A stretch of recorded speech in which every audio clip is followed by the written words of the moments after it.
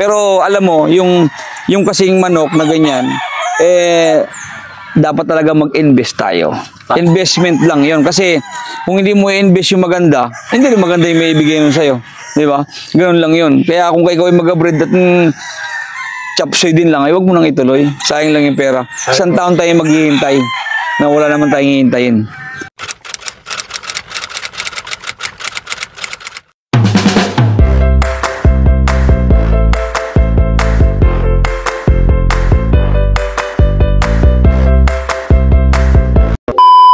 Ayan, so mga kayami, katatapos lang po ng ating interview kay Sir Roswell Ferriol. So ngayon naman po is magkakaroon lang po tayo ng quick farm tour kasi this is the second time po na ma-vlog po natin si Sir Raf. So update lang po ng mga manok dito po sa Raf Game Farm.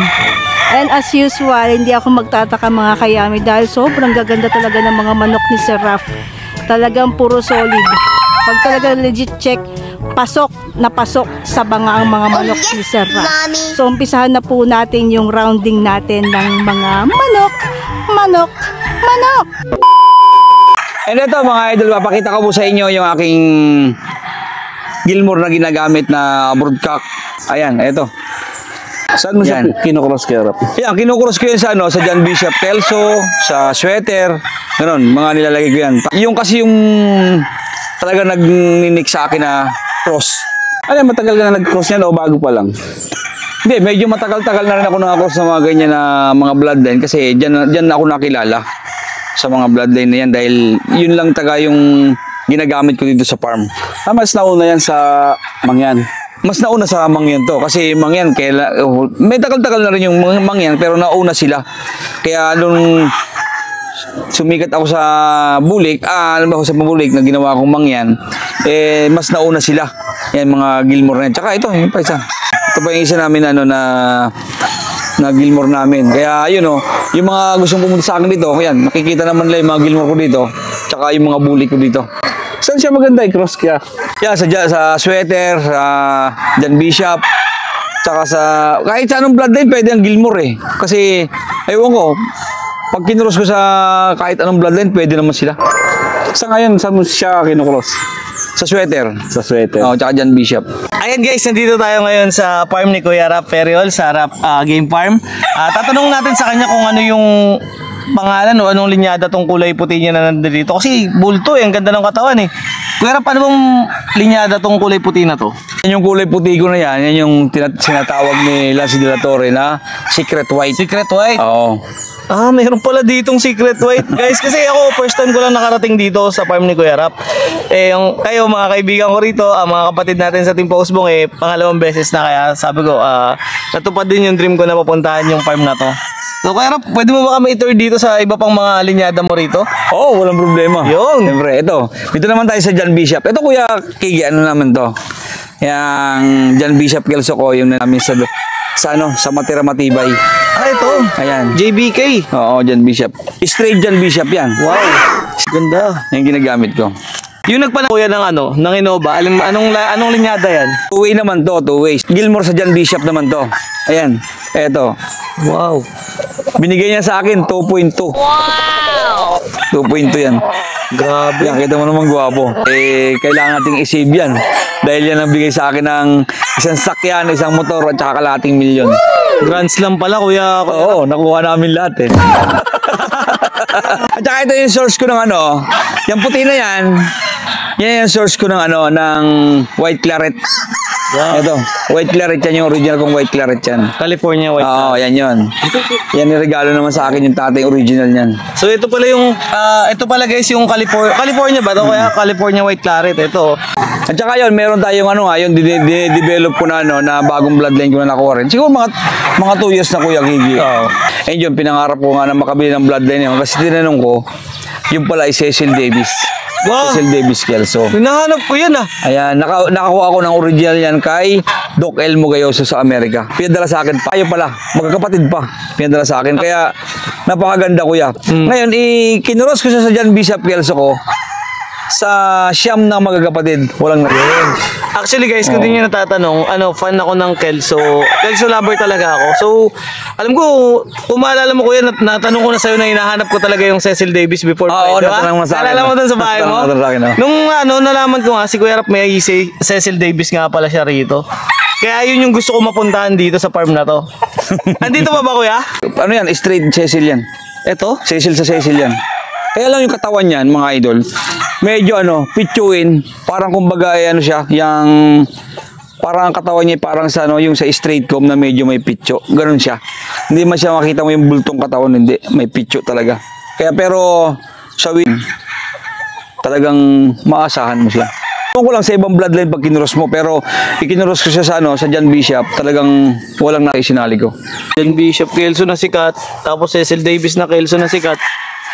Bangga, boom talaga. Yung mga anak ng Kuya Rap, saan mo na kinakross yung mga anak mo?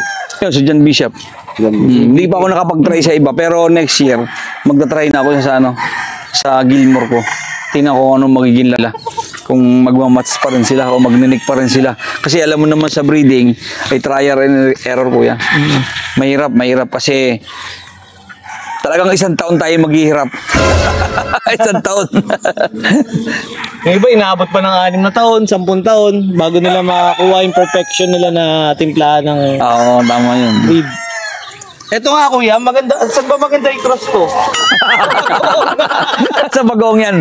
Matik yan, number 1 yan. Ito guys, yan ang paborito kong mangga. Ang claret naman na yan.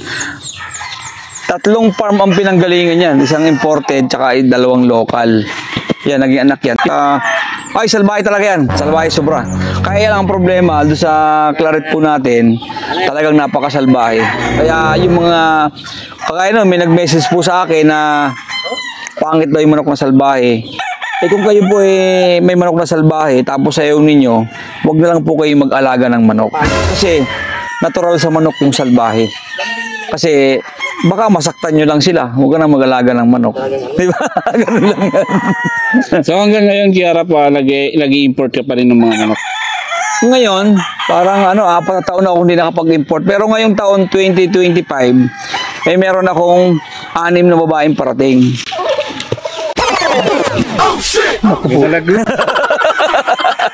Ngayon, hindi ko pa alam kung tutuloy ko kasi meron daw bird flu sa Amerika ngayon. Kaya hindi pa ako nag-PM kasi yun ang sabi sa akin ng kaibigan ko doon.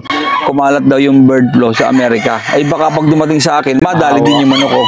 Sayang naman, di ba? Kaya baka ipalipas ko muna ngayong taon yung pag-import ng materialis natin. Pero babae lang kinuha ko ron.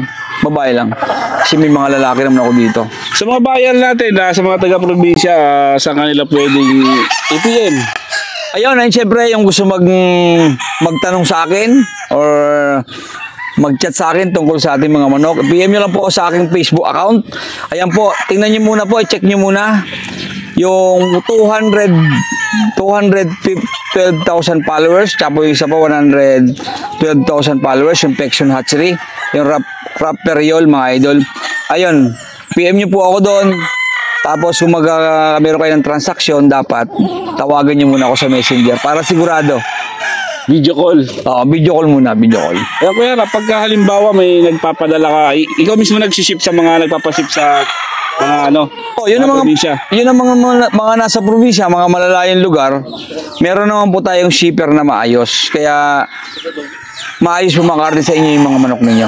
Pero bago niya pinapadala, Kuya Rap, may binibigay ka pa bang mga vitamins o mga... Wala na, hindi na ako naglagay ng vitamins. Pares din yan. Pagdating doon sa kanila, pwede naman lang i-vitamins, pwede naman lang ng electrolytes. Okay na yun. Basta pagdating sa inyo ng mga manok, kailangan mga kahit 2 oras, huwag mo nang painumin para hindi magkahalak. Natural lang ba sa mga manok paggaling biyahe, nagkakaroon ng halak? Oo, kasi mainit sa biyahe. Kahit sa aeroplano kasi siyempre hindi naman din nyo alam yung lagayan nila. Kung doon ay mainit din. Kasi may aircon ngayon, kaya lang hindi natin sigurado kasi sa dami ng laman nun. Kaya nga maraming namamatay sa airport, sa airport. Kasi gawa ng sobrang overload yung mga manok siguro nila dahil mainit yan umiinit. Kuya Rap, nag-out ka pa rin ng mga day old? Sa mga day old natin, talaga nag-out ako. Number 1 yun. Kasi hindi na Alam nyo, mahirap din kasi magpalaki ng mga manok. Maging stag sila. Bago natin magpalaki, mas maganda yung mismo na kayo yung magpapalaki ng mga sisiyo para maalagaan nyo ng maayos. Kasi yung mga 3 months, 2 months, 3 months yan, yun yung pinakamahirap na alagaan eh. Dahil baka sakit sila, mga ganon. Ay minsan, pag naiba na yung lugar, may iba yung klima, mababansot sila. Number 1 yan, mababansot sila. Kaya mas maganda, day old talaga. Kaya marami nang kuha sa aming mga taga-probinsya na kumuha sa akin ng mga day old. Siguro 1,000 na. 1,000 na nakuha sa akin. Magkano naman ang out mo doon? Ang out natin sa sa day old natin 600 isa. 600. Isang piraso, Kahit 600. maramihan. Oo, kahit marami yan. Walang kaibigan, walang kapatid. Yung try natin na stag na yon. Yung 55,000. Tapos ang brood stag natin, 25,000, ang babae ay 15,000. Yung mga yan doon namin ito, pa ilan lang yan eh. Doon, marami doon. Yung mga stag. Same price pa rin. Oo, same price din. Kasi halos lahat yung mga ano namin yan, yung mga pinalabas ko ng mga ng mga mangyan doon na yan. Yan ay mga straight breed ko. Kaya kahit pwede mong isali, pwede mong breeding, pwede sa lahat. Kaya medyo masakit yung presyo niyan. Pero alam mo, yung kasing manok na ganyan, dapat talaga mag-invest tayo. Investment lang yon. Kasi kung hindi mo i-invest yung maganda, hindi rin maganda yung may ibigay nun sa'yo. Di ba? Ganun lang yon. Kaya kung ikaw ay mag-breed at chapsoy din lang, ay huwag mo nang ituloy. Sayang lang yung pera. Isang taon tayo maghihintay na wala naman tayong hihintayin.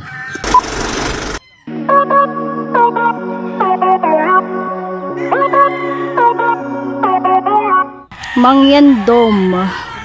Ang gwapo talaga nito mga kayami. Dito sumikat talaga ng husto si Sir Raf sa kanyang Mangyan Dome. Actually, nag-trending siya sa TikTok. Ang presyo niya dito sa TikTok is 150k. Pero, take note mga kayami, hindi naman po 150k.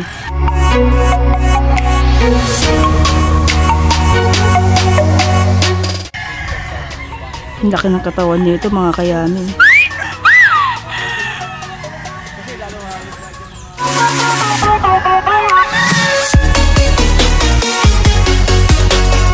Melsim, mga kayami.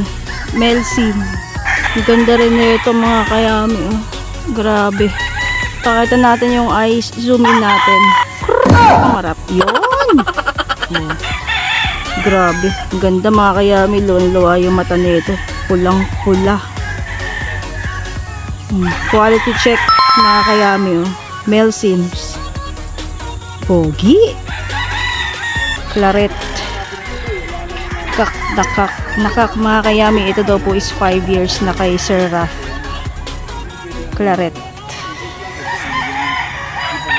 Suplado. Ayaw humarap sa camera.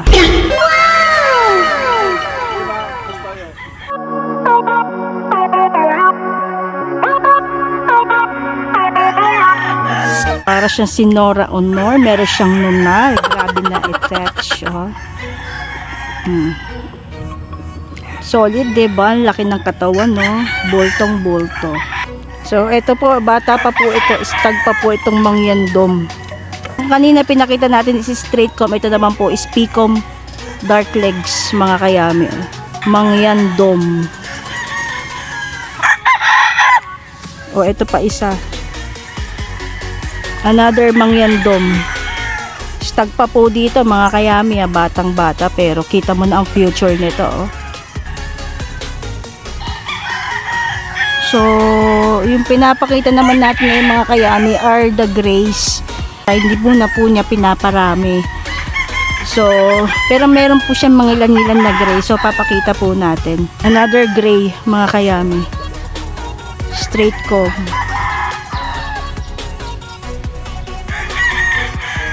Yung isang gray.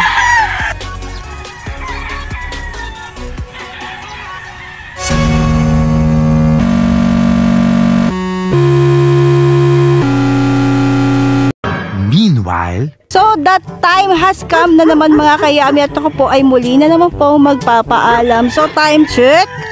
Mag-alas 5 na po ng hapon, kumukulog na, parang uulan na. Pero syempre, swerte pa rin tayo kasi hindi tayo inabot ng ulan habang nag-i-interview po kay Sir Raf. I hope nagustuhan niyo po yung aking content for today's video. So kung kayo po ay umabot po hanggang dito po sa dulo ng ating vlog at hindi pa po nakaka-subscribe, baka naman pa-click na lang po ng subscribe and don't forget to hit the notification bell para lagi po kayong updated sa aking mga vlogs. Magkita-kita po tayo sa aking next vlog. Paalam, babu!